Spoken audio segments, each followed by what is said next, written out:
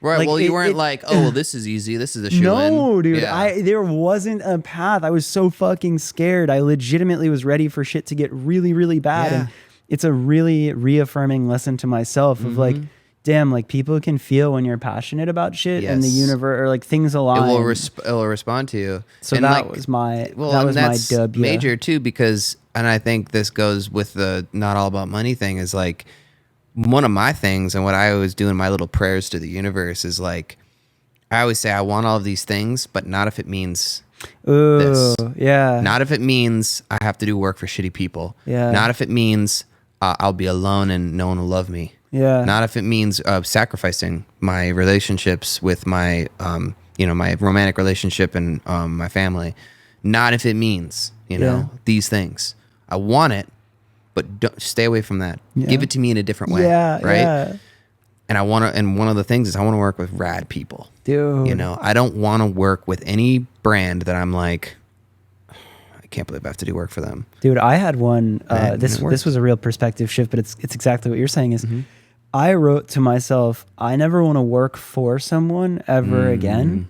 What I do want to do is I want to work with people. Yes. And like, I don't want to work on my own. That shit's lonely and miserable. But I want to work with people, not for people. I don't like that attitude of like when someone thinks they're above you and they're your boss or you're afraid of consequence. Yes. Like, fuck that. It's you live in collaborative. fear.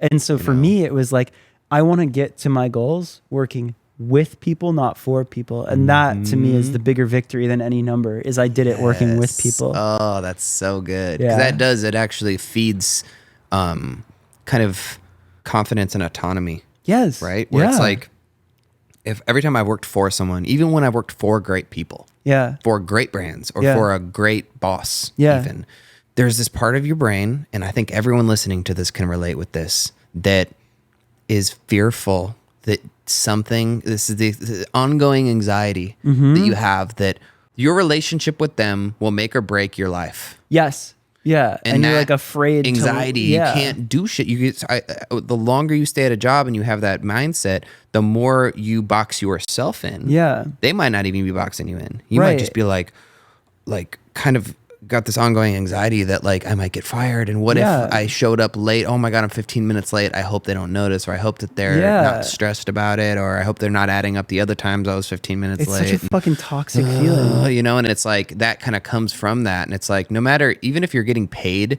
from somebody on a regular basis, doesn't mean it has to feel like that. Oh, I mean, like, or be like that. Take race service. Like for every intent and purpose, like I work for race service. Right. Like, right. But it's not that. Like I work with these people. There's so much trust. There's so much like, cool, this person's great at this. You're great at this. This person's great at this.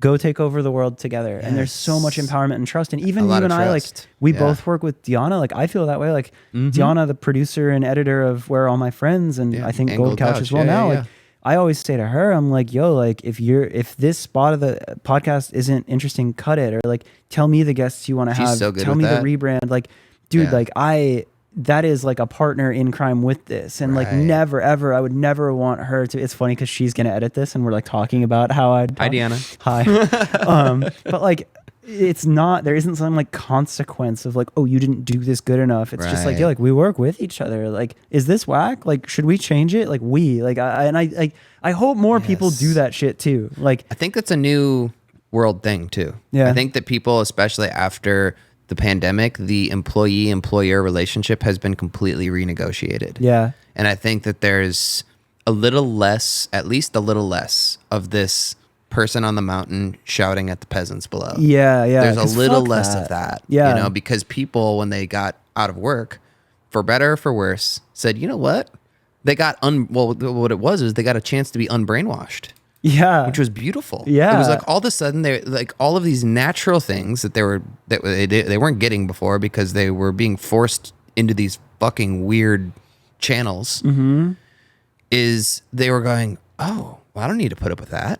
Yeah. Right. Even though it was sort of falsely manufactured. Check it out though. You know? Actually, Seth Godin wrote a book about this called Linchpin. Oh shit! And I think there's one thing that you should. I haven't even heard that. Oh, dude, it really changed. Is it a new one? No, it's old. That's but so cool. the whole idea with it, and this is because I we're saying the same thing, and it shouldn't be this person on a mountain yelling at the peasants, but the way to never be a peasant. That was a short clip from the latest episode of Where Are All My Friends? I hope you liked it. If you did, the full episode is out now and available anywhere where podcasts can be watched or listened to. So go check it out.